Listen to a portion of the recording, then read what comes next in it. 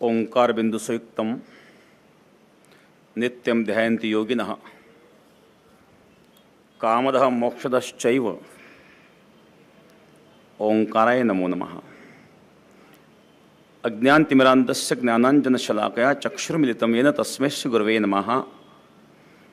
गंगाविशुद्धं नितपादस्पर्शं सरोवेष्टितं चुम्बितं पुण्यस्नानं सरालिसितं तं समाधिस्थमूर्तिं नमामि गंगागिरियोगिराजं शुचिः शीलः समोदक्षः सप्रतापी जितेन्द्रियं तं नारायणगिरिं वंदे सच्चिदानंद विग्रहम्।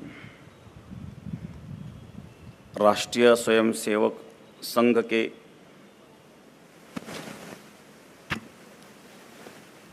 कार्यकर्ता विकास वर्ग द्वितीय समारोह में उपस्थित परम पूजनीय सरसंघ चालक माननीय डॉक्टर मोहन जी भागवत के चरणों में और मंच पर उपस्थित सर्व अधिकारीगण, प्रांत और महानगर के अधिकारी और समस्त वरिष्ठ जनों को वंदन करते हुए और सभी माँ भारती के उपासक, देश, संस्कार, संस्कृति, धर्म, न्याय के लिए समर्पित आप सभी लोगों के लिए मेरा हार्दिक प्रणाम। इस ऊर्जा स्रोत पर उपस्थित समस्त देशभक्त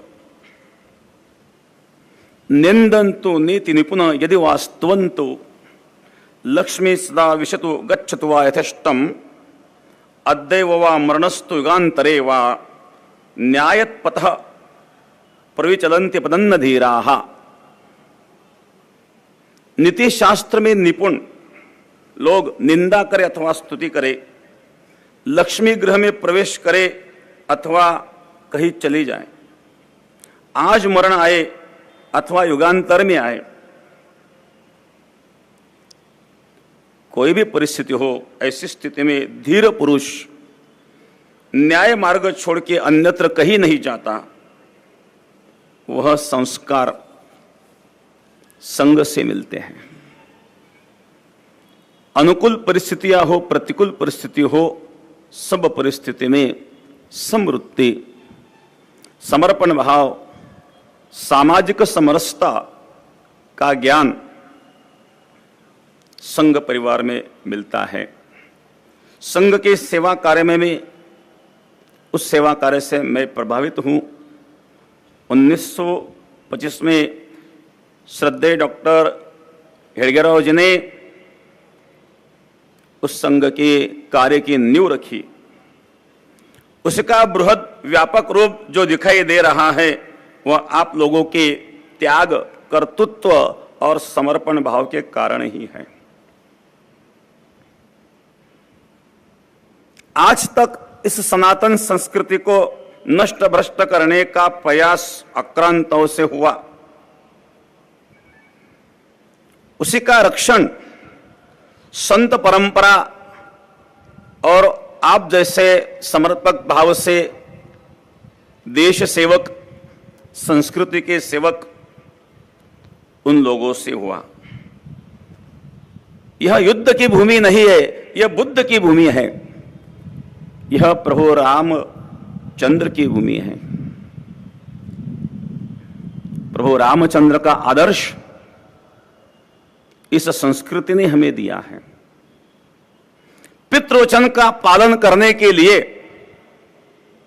राज्य का त्याग करने वाले प्रभु रामचंद्र का आदर्श। रघुकुल रीत सदा चली आई, प्राण जाए परिवचन न जाए। प्राणों से ही प्रिय अपने वचन को जिन्होंने माना है, यह संस्कृति है।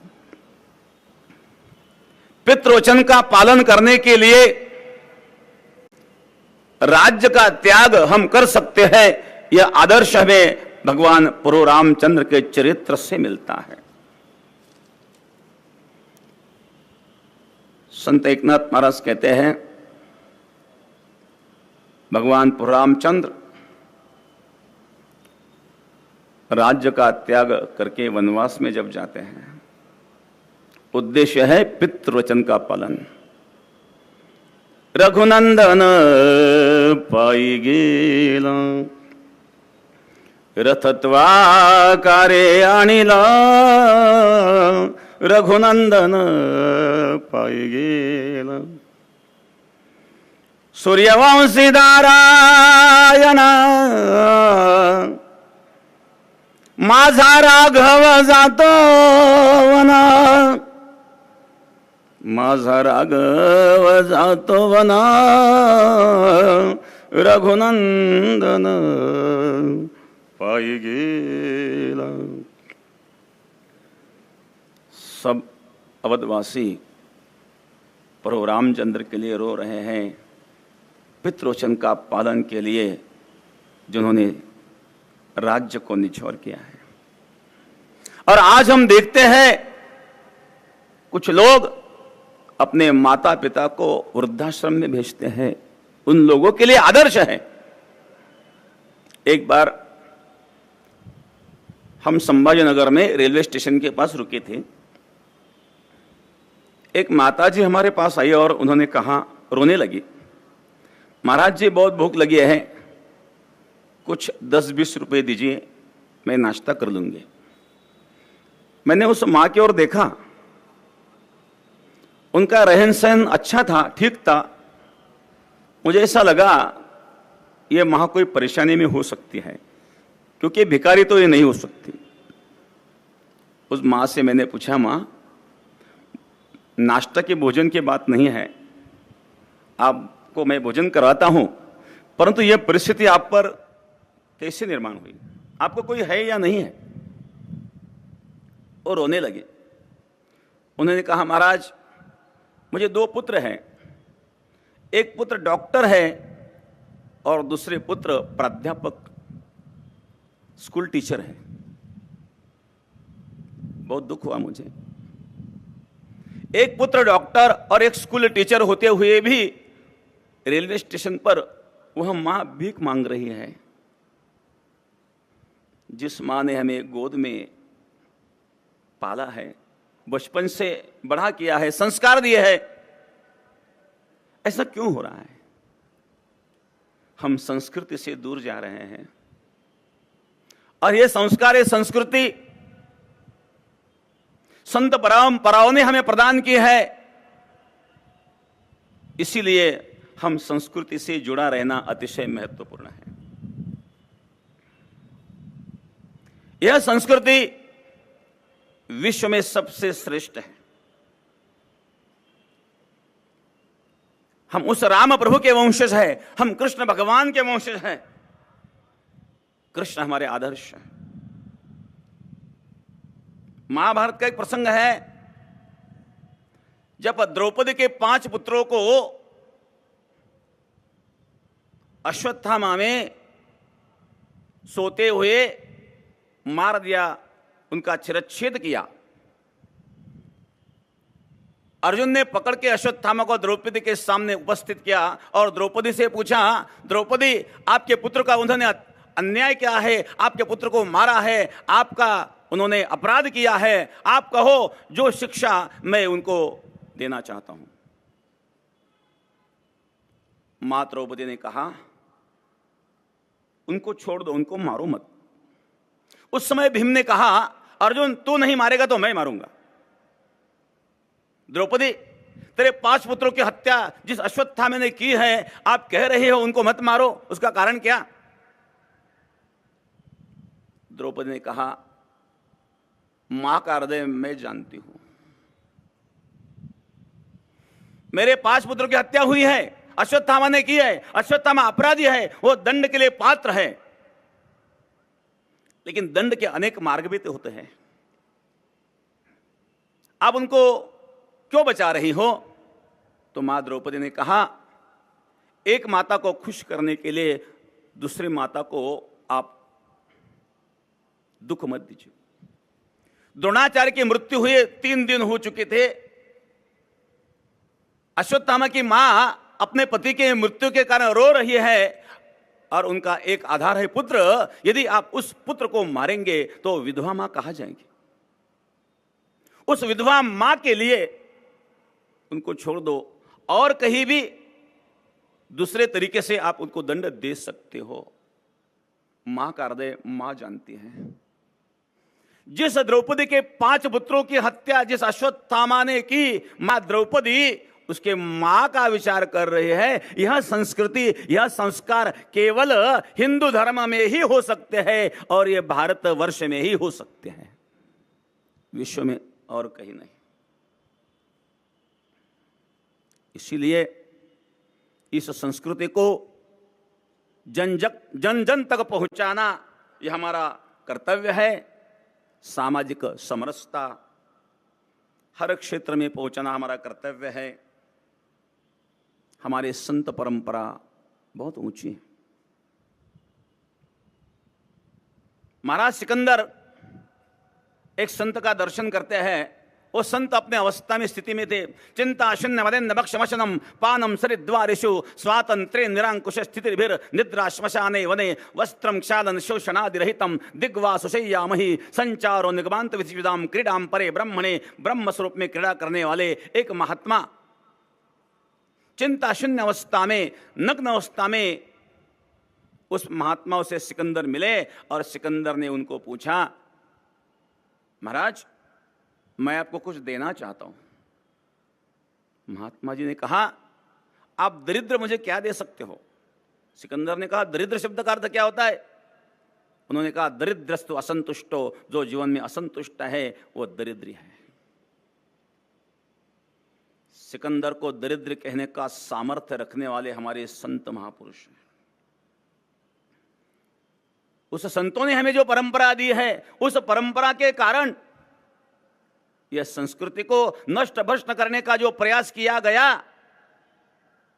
उसमें सफलता नहीं मिली।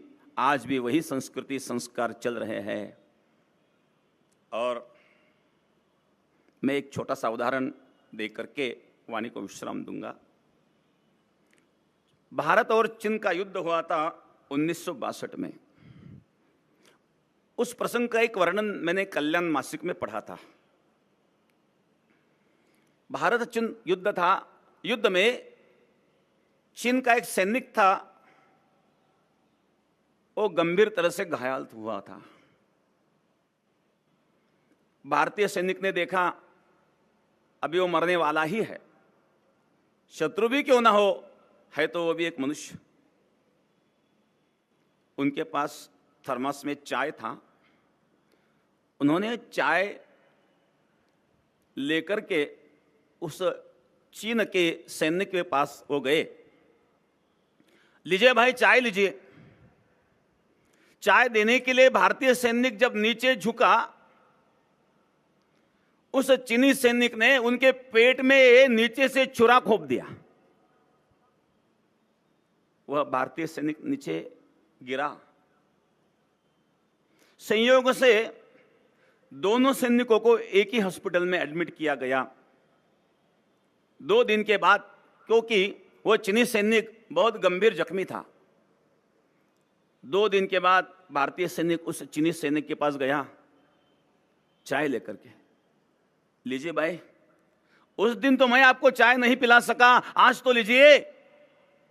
चीनी सैनिक रोने लगा और उनके मुंह से अनायास शब्द निकले, मैंने आज यह जान लिया है मेरे भगवान बुद्ध ने हिंदुस्तान में जन्म क्यों लिया है।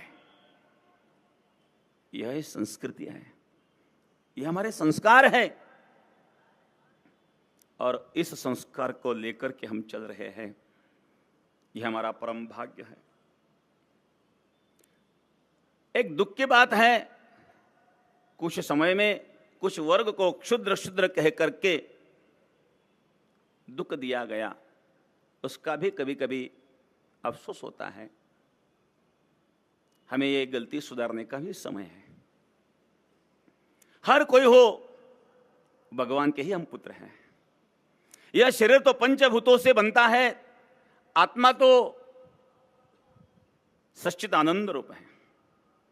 नैनम छिंदन्ति शस्त्राणि नैनम दहति पावकः न चैनम क्लेदेन्त्यापो न शोचयति मारुतः अच्छद्योयम दाह्योयम अक्लेद्यो शोश्च एव च नित्यः सर्वतस्तानुर अचलोयम सनातनः। आत्मा सनातन है, अचल है। आत्मा तो क्षुद्र नहीं है।